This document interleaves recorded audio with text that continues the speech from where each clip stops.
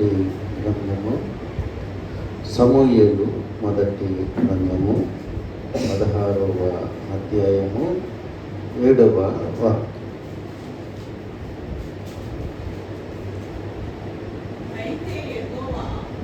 అయితే యెహోవా సమూయేలుతో ఇలాగూ సెలవించాడు, అతని రూపమును అతని ఎత్తును లక్ష్య పెట్టకము. మనుషులు లక్ష్య పెట్టు వాటిని యెహోవా లక్ష్య పెట్టాడు. నేను అతన్ని త్రోసివేసి ఉన్నాను. మనుషులు పై రూపమును లక్ష్య పెట్టుదురు కానీ యెహోవా హృదయములను లక్ష్య పెట్టు. ప్రార్థన చేస్తాను. పరిశుద్ధుడైన దేవా, కృప కలిగిన ప్రభువా, ఆయన ఈ యొక్క అవకాశం దేవా, జీవము గల దేవుణ్ణి, సర్వశక్తిమంతుడు అయిన యేసుక్రీస్తుని ప్రభా మేము ధ్యానం చేసుకోవటానికి ఇక్కడ మాకు ఇచ్చిన అవకాశాన్ని బట్టి మీకు స్తుతులు చెల్లిస్తున్నాను. దేవ, అయోగ్యునైన నన్ను ఇక్కడ నిలబెట్టినందుకు మీకు స్తుతులు చెల్లిస్తున్నాను. మీ ఆత్మ సహాయం నాకు దయచేయవలసిందిగా అడుగుతున్నాను. మీ పరిశుద్ధ రక్తం నా మీద ప్రేక్షించి ఈ మాటలు నా నోటి నుండి వచ్చేటప్పుడు సహాయం దయచేయండి. వచ్చిన ప్రతి బిడ్డతో మీరు మాట్లాడమని మా ప్రభువును మా ప్రియ రక్షకుడైన నజరేయుడైన యేసుక్రీస్తు సర్వశక్తి నామములో ప్రార్థిస్తున్నాను తండ్రి. ఇక్కడ దేవుడు తండ్రైన ఒక గొప్ప దేశానికి రాజుని నిర్ణయించే పనిలో ఉన్నాడు. తాను కోరుకొని స్వయంగా అభిషేకం చేయించిన సౌలు రాజు మరి దేవునికి తిరుగుబాటు చేసి దేవుడు చెప్పిన మాట వింటలేదు. ఇప్పుడు దేవుడు తప్పనిసరి పరిస్థితిలో నేను సౌలుని విసర్జించున్నానని సమూయేలుతో మాట్లాడి పోయి యెష్యా కుమారుల్లో ఒకరైన ఒక కుమారుడిని నీ తైలం కొమ్ము తీసుకొని తైలం పోసి అభిషేకించు అని సెలవిచ్చాడు. అయితే ఎవరనేది చెప్పాల. ఇక్కడ దేవుడు ఎందుకు చెప్పలేదు ఎవరనేది? ఆయన హృదయం మనం తెలుసుకోవాలి. ఆయన క్యారెక్టరిస్టిక్స్ ఎలాంటివో మనం తెలుసుకోవాలి. చెప్పొచ్చుగా, దేవుడికి తెలియదా ఎవడు అనేది? చెప్పలే. ఆయన పోయి దావీదు అనే వ్యక్తి ఉంటాడు, ఆయన గొర్రెలను కాసుకుంటా ఉంటాడు, ఆయన పిలిచి అని చెప్పచ్చు. చెప్పాల. ఒక మనందరికీ ఆయన ఒక పాఠం నేర్పడానికి ఇదంతా కూడా సమూయేలు చేత చేయించాడు. అక్కడ మరి నీ పిల్లల్ని తీసుకురమ్మని దేవుడు నీ కుమారుల్లో ఒకరిని అభిషేకించమని చెప్పాడని చెప్తే మొట్టమొదటిగా ఎలియాబు, తర్వాత ఇంకొకళ్ళు షిమ్యోను, రకరకాలుగా 6 కొడుకుల్ని యెష్యా తీసుకొచ్చి సమూయేలు ముందు నిలబెడితే వీళ్ళెవ్వరు కాదని దేవుడు సెలవించాడు. ఆ సమయంలో సందర్భంలో దేవుడు ఏమంటున్నాడంటే, మనుషులు పై రూపాన్ని లక్ష్య పెడతారు కానీ దేవుడు మరి హృదయాన్ని లక్ష్య పెట్టే దేవుడు. ఒక్కోసారి మనం కొంతమంది పర్సనాలిటీని అంచనా వేయలేం. పైకి చాలా విధేయత, అక్క చెల్లి అని మామూలు ప్రేమ చూపాడు. అవసర సమయంలో వాళ్ళు ఫోన్ కూడా ఎత్తరు. కానీ దేవుడికి తెలుసు. కొంతమంది ఎట్లా ఉంటారు, చూస్తానికి కరుగ్గా దయ్యాలలాగా ఉంటారు కానీ వాళ్ళ హృదయాలు మంచిగా ఉంటాయి అన్నమాట. ఇదంతా దేవుడికి తెలుసు. అందువలన ఇక్కడ సమూయేలుని పంపించి ఒక యెష్షయి కుమారుల్లో ఒక కుమారుని నువ్వు అభిషేకం ఉంచమని చెప్పాడు. అక్కడ యెష్షయి కుమారుల్లో ఇప్పుడు వీళ్ళందరూ కూడా ఎలియాబు వీళ్ళందరూ కూడా మంచి యుద్ధంలో నైపుణ్యం కలిగిన వాళ్ళు. వీళ్ళు సైనికులుగా శిక్షణ పొందినవాడు. సౌలు సైన్యంలో మనుషులు పెద్దోళ్ళు ఇద్దరు కూడా. అయితే సమూయేలు పోయి ఏమనుకున్నాడంటే పెద్దోడిని రెండోవాడిని చూసి దేవుడు ఆ రూపాన్ని ఎత్తుని చూసి దేవుడు మరి ఎన్నిక చేసినోడు వీళ్ళే అని అనుకున్నాడు. కానీ ఆయన ఏం చెప్తున్నాడంటే మనుషులు పై రూపాన్ని ఎత్తుని లక్ష్యం ఎత్తు పర్సనాలిటీ మనం అంచనా వేస్తాం, కానీ దేవుడు హృదయాన్ని చూసి సెలెక్ట్ చేసుకునే దేవుడు. కాబట్టి మన నీ హృదయంలో నుండి జీవధారులు బయటకు వస్తాయి. కాబట్టి అన్నిటికంటే ముఖ్యంగా నీ హృదయాన్ని భద్రం చేసుకోని సామెతలు 4:24 మనం చూస్తాం. కాబట్టి హృదయాన్ని జాగ్రత్తగా కాపాడుకోవలసిన బాధ్యత ప్రతి విశ్వాసికి ఉందన్నమాట. ఏది బట్టి అది మనం జంక్ ఫుడ్ తిన్నట్టు, ఏది బట్టి అది మనం కళ్ళతో చూసి, ఏది పడితే అది మనం నోటితో మాట్లాడి, ఏది పడితే అది మనం చెవితో వినకూడదు. మధ్యలో భయపడాలి దేవునికి. మనం ఏదైనా చూస్తున్నాం అంటే ఈ మధ్య మరి ముఖ్యంగా నేను కూడా సెల్ ఫోన్ ఎక్కువ చూస్తాను. ఇరాన్ యుఎస్ వారు, ఎందుకంటే దానికి సెకండ్ కమింగ్కి లింక్ ఉంది కాబట్టి ఆ వార్తలు అంటే ఇష్టం. నేను కిరణం ప్రార్థన చేసుకున్న తర్వాత మాకు ఒక అరగంట ప్రోగ్రాం ఉంటుంది. అన్న ఇరాక్ వారు చూడాలి మనం అంటారు, చూస్తాం.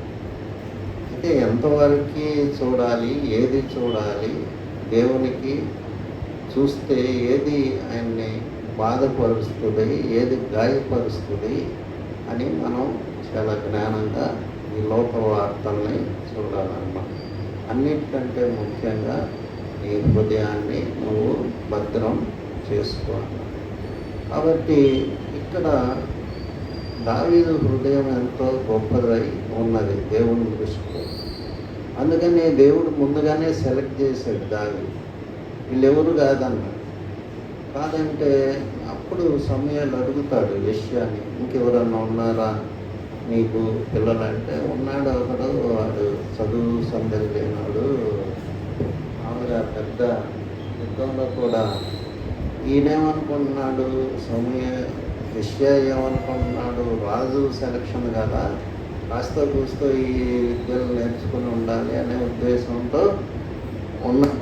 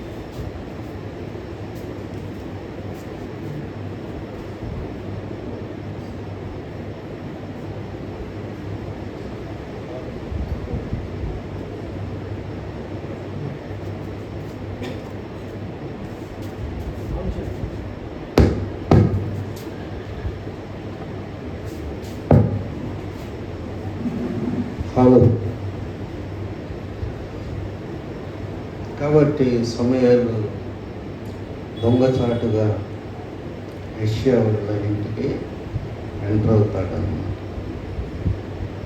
ఎంటర్ అయ్యి నీ కుమారులందరినీ పిలవమంటే ఒకళ్ళ తర్వాత ఒకళ్ళు మంచి 6 అడుగుల పొడుగోళ్ళు, అందమైన వాళ్ళు, మంచి యుద్ధ ప్రావీణ్యం కలిగిన వాళ్ళు అందరూ కూడా సమూయేలు ముందు, ప్రవక్త అయిన సమూయేలు ముందు వచ్చి నిలబడు. అయితే వీళ్ళెవరు కాదు, వీళ్ళెవరిని నేను కోరుకోలేదు అని చెప్పి దేవుడు ఏం చెప్తాడంటే, మనుషులను లక్ష్య పెట్టు అని యెహోవా లక్ష్య పెట్టడు. మనుషులు పై రూపం చూస్తారు కానీ యెహోవా హృదయాన్ని లక్ష్య పెడతాడని. మాకు ఒక ప్రొఫెసర్ ఉన్నాడు, రంగయ్య, చాలా స్ట్రిక్ట్ అనమాట. సరే, నా దగ్గర బాగా సబ్జెక్ట్ ఉందని నేను పిహెచ్డి ఆయన దగ్గరికి వెళ్ళి గైడ్గా ఎంపిక చేసుకొని అందరు అన్నారు, ఆయన దగ్గరికి ఎందుకు వెళ్ళాను, ఆయన సంతకం పెడతాడా నీకు, ఆయన సంగతి తెలుసు కదా అన్నారు అందరూ. ఆయన గురించి తెలిసిన వాళ్ళందరూ ఎక్కువగా లేడీసే జాయిన్ అవుతారు ఆయన దగ్గర. సరే, నేను వెళ్ళాను. ఎందుకంటే చాలా సబ్జెక్ట్ ఉన్న వ్యక్తి, పైకి చాలా రఫ్గా కనపడతాడు. ఒక్కోసారి మనం రాసింది ఇస్తే ఇసిరి కొడతాడు. అలాంటి వ్యక్తి అన్నమాట. అన్నీ తెలుసుకోవడం వెళ్ళాను. అయితే ఆయన హృదయం చాలా మంచిది. నేను ఎట్లా గమనించాను, మేము ఒక టూర్కి వెళ్ళాము, ఢిల్లీ మెటీరియల్ కలెక్షన్కి వెళ్ళాము. అప్పుడు చాలా మార్కెటింగ్ అవన్నీ చేసాం. వెస్లీ మేడం గారికి ఒక చీర సెలెక్ట్ చేయండి. చాలా ఫ్రెండ్లీగా ఉండేవాడు. పైకి ఆయన ఎంతో అరివేర భయంకర్ లాగా కనపడేవాడు. సరే, నేను వెళ్ళాను. ఫస్ట్లో కొద్దిగా ఇబ్బంది పెట్టాడు. ఎందుకంటే మన వెనక సాతాను నుండి ఆటంకాలు కలుగు చేస్తూ ఉంటాడు. ఆ సంగతి నాకు తెలుసు. ఆయన ఏది మాట్లాడినా ఈయన సొంతంగా వచ్చింది కాదు అని నేను అనుకున్నాను. నాకు ఓపిక లేదయ్యా, ఇక నేను చేయనని వాడు ఒకసారి మధ్యలో.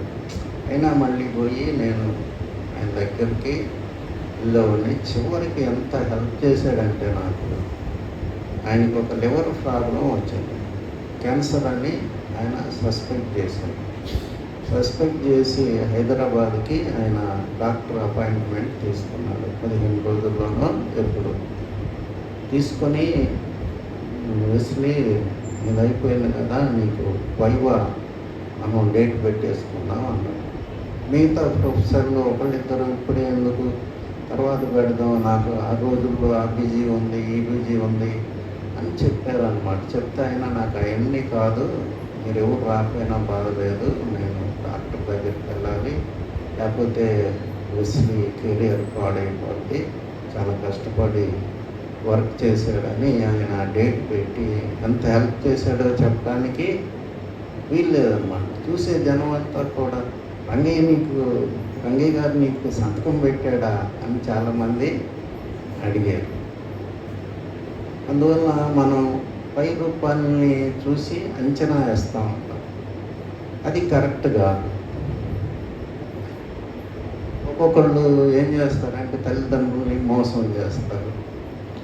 ఆడవాళ్ళు కానీ మగవాళ్ళు చేసినప్పుడు అట్లా చేసాడని మనం ఆశ్చర్యపోతూ ఉంటాం. కానీ ఒక్కొక్కళ్ళు పైకి, ఉదాహరణకి మనం చూసుకున్నట్లయితే పౌలు ఏం చేస్తాడు, కనపడ్డ వాళ్ళందరినీ ఈడ్చుకెళ్ళి కొడతాం, చంపడం అన్నీ చేస్తాడు. అయితే దేవుడికి తెలుసు పౌలు అంటే ఏందో, అసలు ఎవరి చెయ్యని సేవ అతను చేస్తాడని పౌలుకి దేవుడికి తెలుసు అన్నమాట. అతను మరి ఏథెన్స్కి వెళ్తున్నాడు క్రైస్తవుని హింసించడానికి. వెళ్ళినప్పుడు మార్గ మధ్యంలో ప్రభువు కనపడి గొప్ప వెలుగు చూస్తాడు, పడిపోతాడు, కళ్ళు పోతాయి. కళ్ళు పోయినప్పుడు ఆయన అక్కడ అన్నీ అని ఒక విశ్వాసిని, దైవజనుల్ని దేవుడు మాట్లాడి, ఫలానా యూదా ఇంట్లో తార్సువాడైన సౌలు అనే వ్యక్తి ఉన్నాడు, అతన్ని వెళ్ళి ప్రార్థన చేయి. అతనికి 2 కళ్ళు కనపడలేదు. అతనికి నువ్వు వచ్చి ప్రార్థన చేసినట్టు కళ్ళు వచ్చినట్లు దర్శనం వచ్చింది ఆల్రెడీ, వెళ్ళి చెయ్యి ప్రార్థన అంటాడు. అప్పుడు అన్నయ్య ఏం చెప్తాడంటే అపోస్తల కార్యం 9వ అధ్యాయం 15వ వాక్యంలో,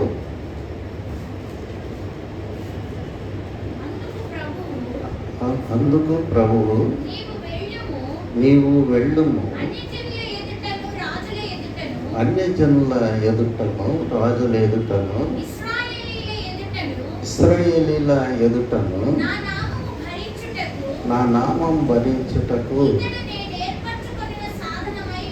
ఇతడు నేను ఏర్పరచుకున్న సాధనమై ఉన్నాడు. ఇంకా కదా,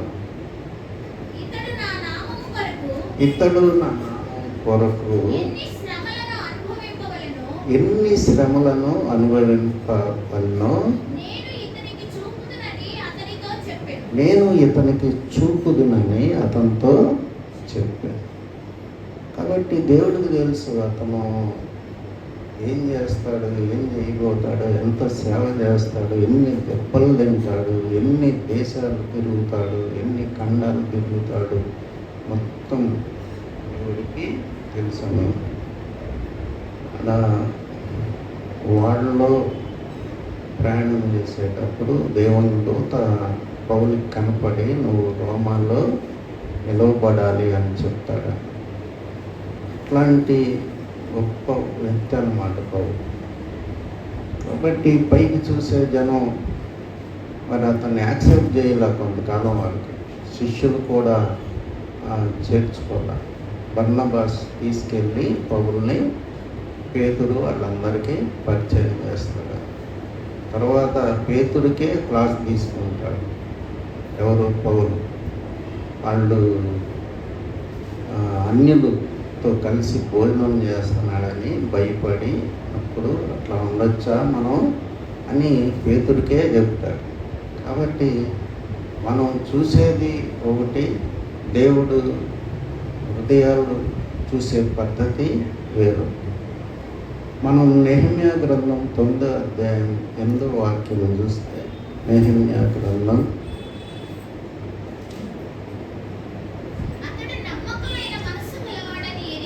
అతడు నమ్మకం, ఇక్కడ అబ్రహాం గూర్చి ఇక్కడ మరి చెప్తున్నాడు దేవుడు. అతడు నమ్మకమైన మనసు గలవాడని ఎరిగి కనానీయులు, హిత్తీయులు, అమోరీయులు, పెరిజీయులు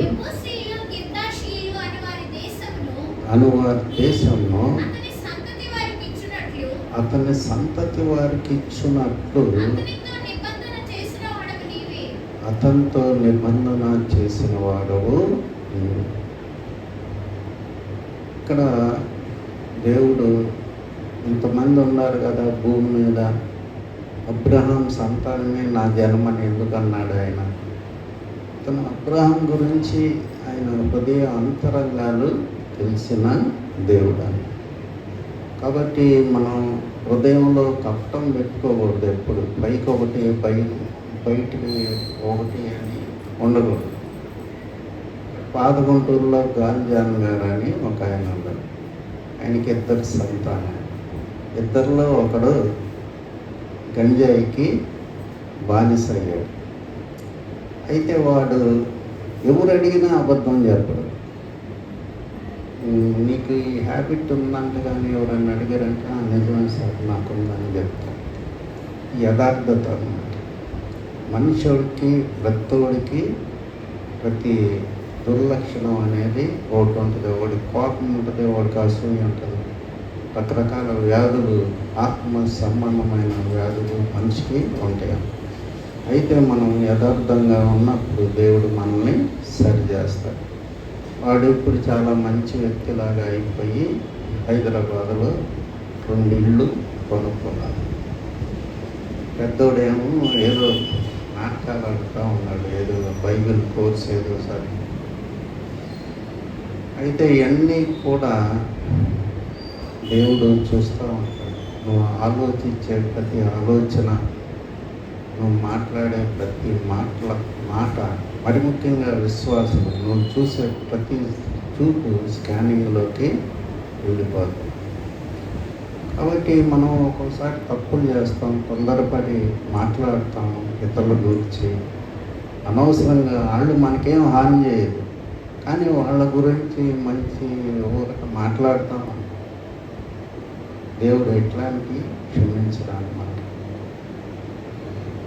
నేను ఒకసారి 2-3 సార్లు చెప్పాను.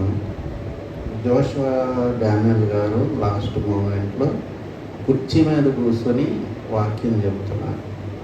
అస్సలు ఎంత సన్నగా కొన్ని రోజుల మనిషిలాగా ఉన్నాడు. మూడో వ్యక్తి గురించి మాట్లాడటం ఎంత ప్రమాదకరం అంటే, పక్షవాతంతో ఉన్నవాడి గదిలో రాసుప్రము ఉన్నట్లు లెక్కన, అంత ప్రమాదం అని చెప్పాడు. అది కదలలేడు కదా, పాము వచ్చి ఎప్పుడైనా కాదు. కాబట్టి మూడో వ్యక్తి గురించి మనం మాట్లాడటం ఇంత ప్రమాదం. ప్రతి ఒక్కళ్ళకి ఏదో ఒకటి ఉంటుంది. భూమి మీద ఒక్కడు కూడా నీతిమంతుడు లేడని వాక్యం సెలవిస్తుంది. మనం ఏమనుకుంటామంటే నేను చాలా వరకు బెటర్, పక్కనోడు సరైనోడు కాదా, అది కరెక్ట్ కాదు. కాబట్టి ఇక్కడ దేవుడు, నేను అనుకున్నా ఇంతమంది ఉంటే దేవుడు అబ్రహాంని ఎందుకు ఏర్పాటు చేసుకున్నాడంటే, అతడు నమ్మకమైన మనస్సు గలవాడని దేవుడు చూసి అతనికి ఎబ్బూసీలు వీళ్ళందరూ, అమ్మోరీలు వీళ్ళందరూ దేశాన్ని వాళ్ళకి ఇచ్చాడని ఉంటుందని. కాబట్టి ఒక్కొక్కరిని ఎందుకని దేవుడు అంత శ్రద్ధ వహించాడు ఎంపికలో? ఆయన ఒక రాజ్యం కట్టాలి భూమి మీద. అది మామూలు పని కాదు. భూమి మీద ఒక పరలోకాన్ని నిర్మించాలి దేవుడు. ఆయన ఏమంటాడు లోకాసు వార్తలో, పరలోక రాజ్యం ఎక్కడుందంటే మీ మధ్య పరలోక రాజ్యం ఉందని చెప్తాడు యేసు. అలాంటి రాజ్యాన్ని కట్టే పనిలో దేవుడు ఉన్నాడు. అందుకనే ప్రతి దాంట్లో అయినా జాగ్రత్త తీసుకుంటాడు. చివరికి ఏమన్నాడు ఆయన, మనిషి కుమారుడు భూమి మీద వచ్చే సమయానికి విశ్వాసము కనుగొన్నా. ఈ మాట నాకెంతో భయం, ఆందోళన కలిగిస్తుంది అన్నమాట. మన పిల్లల్లో ఉంటుందా విశ్వాసం? వాళ్ళు ఎన్ని కష్టాలు పడతారో, మనం కూడా చివరి వారికి నమ్మకంగా ఉంటామా లేదా అనేక ప్రశ్నలకి దారితీస్తాం. కాబట్టి ఇక్కడ మనుషులు పై రూపాన్ని లక్ష్య పెడతారు కానీ యెహోవా హృదయాన్ని లక్ష్య పెడతారు. అయితే ఒక సమయంలో సంఖ్యాకాండం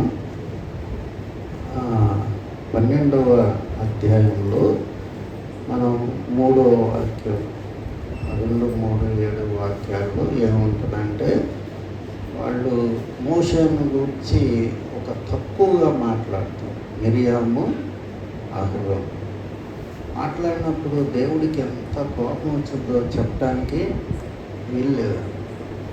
ఆయన కూషు దేశపు స్త్రీని వివాహం చేసుకున్నాడు అని ఏదో నెగిటివ్ కామెంట్స్ చేసినప్పుడు యెహోవా పైనుంచి కిందకి దిగి వచ్చి మిరియాన్ని, అహరోన్ని అక్కడ పిలు అని చెప్పి మోషేను గురించి ఆయన కొన్ని మాటలు చెప్తాడు. చదవండి 12వ అధ్యాయము 2, 3. వారు మోషే చేత మాత్రమే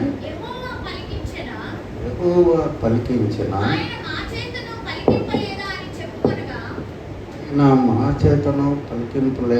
చెప్పుకొనగా యెహోవా మాట వినెను. మోషే భూమి మీద ఉన్న వారందరిలో మిక్కిలి సాత్వికుడు. తర్వాత మనం 7వ వాక్యం 8. అతడు నా ఇల్లంతటిలో నమ్మకమైన వాడు. నేను గూఢ భావములతో కాదు, దర్శనమిచ్చి ముఖముగ్గా అతనితో మాటలు.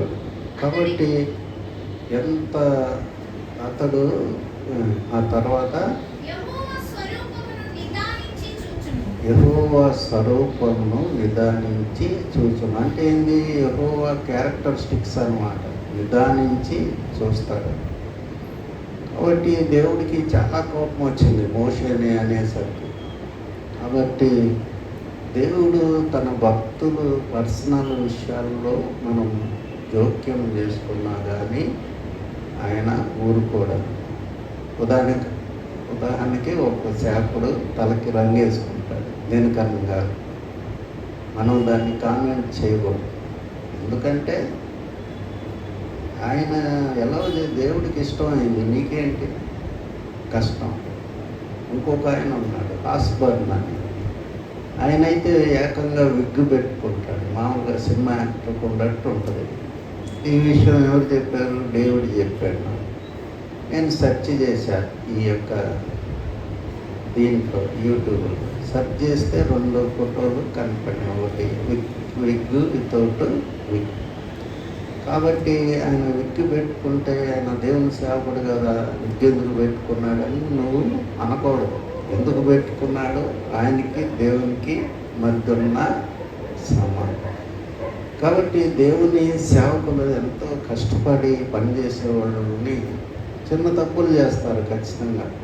మోషే చేయలా, మరి బండనితో మాట్లాడమంటే పట్ల అందరూ ఏదో ఒకటి చేస్తూ ఉంటారు. అయితే దాన్ని నువ్వు కామెంట్ చేయడానికి దేవుడు అంగీకరించడం.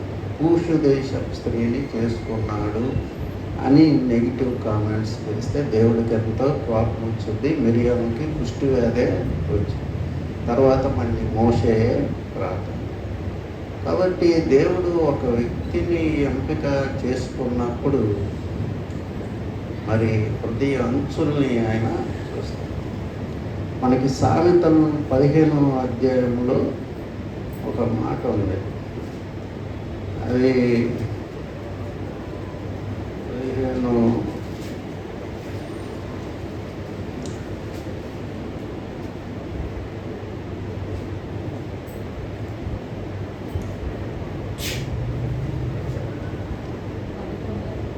15 11వ పాతాళము అగాధ కూపము యెహోవాకు కనపడుచున్నవి. నరుల హృదయము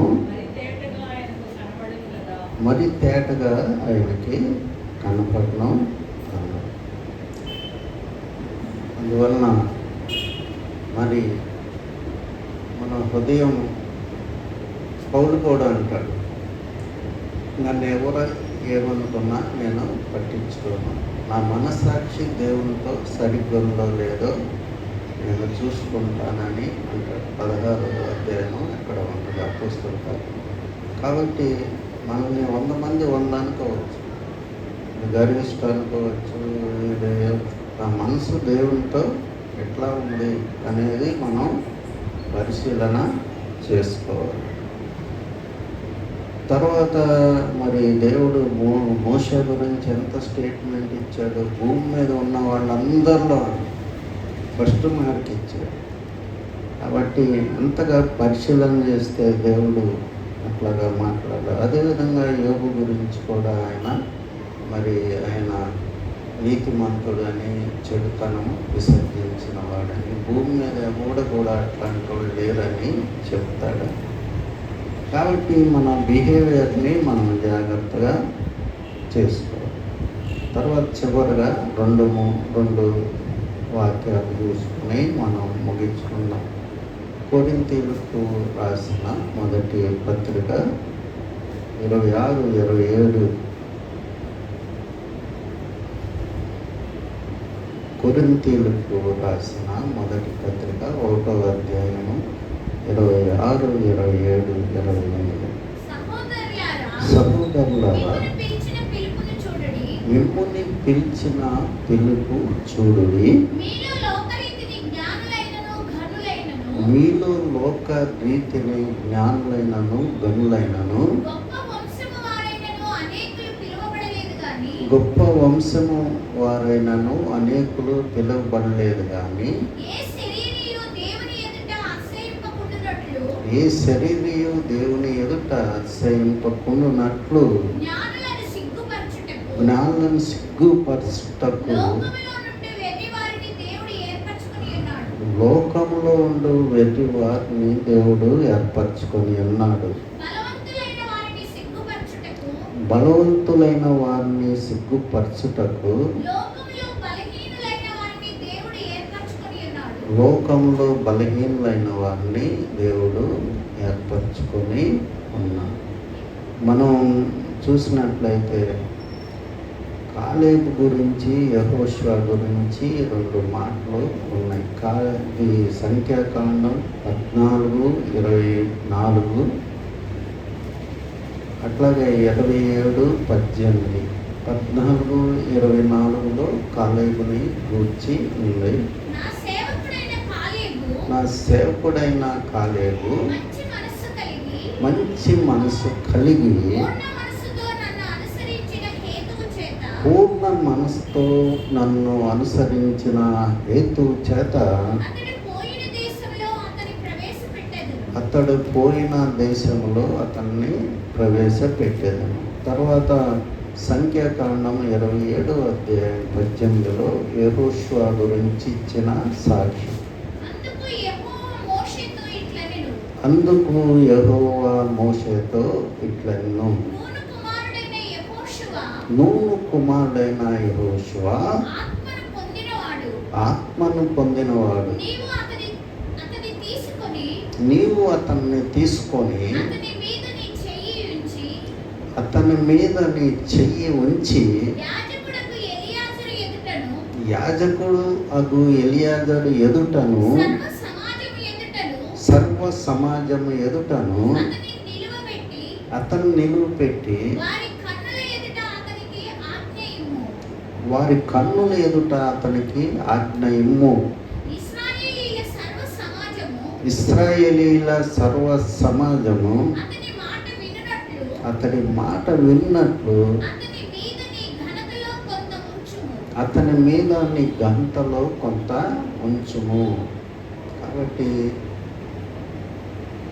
ఇక్కడ మోషే ఎంతో, నా తర్వాత ఎవరు ఇశ్రాయేలీలు నడిపించేది, వీళ్ళు లోబడిన వాళ్ళని ప్రజలు వీళ్ళు కంట్రోల్ చేయటం ఎవరికి సాధ్యం కాదు అని ఎన్నో రకాల తలంపులతో మోషే ఉన్నప్పుడు అప్పటికే దేవుడు సెలెక్ట్ చేశాడు. యెహోషువ సెలెక్ట్ చేసి ఆయన ఆత్మ కలిగినాడు, అతని మీద చేతులుంచని చెప్పడమే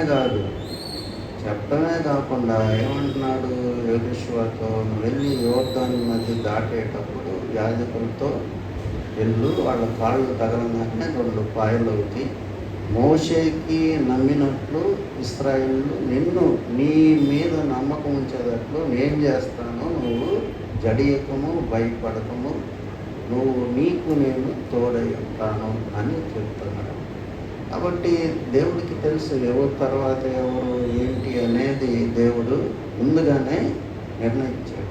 ఎట్లా నిర్ణయించాడు? హృదయాన్ని బట్టి నిర్ణయిస్తాడు. తర్వాత మనం చూసినట్లయితే చివరగా మత్తయి సువార్త 4:18 నుంచి చదువుదాం 2 వాక్యాలు.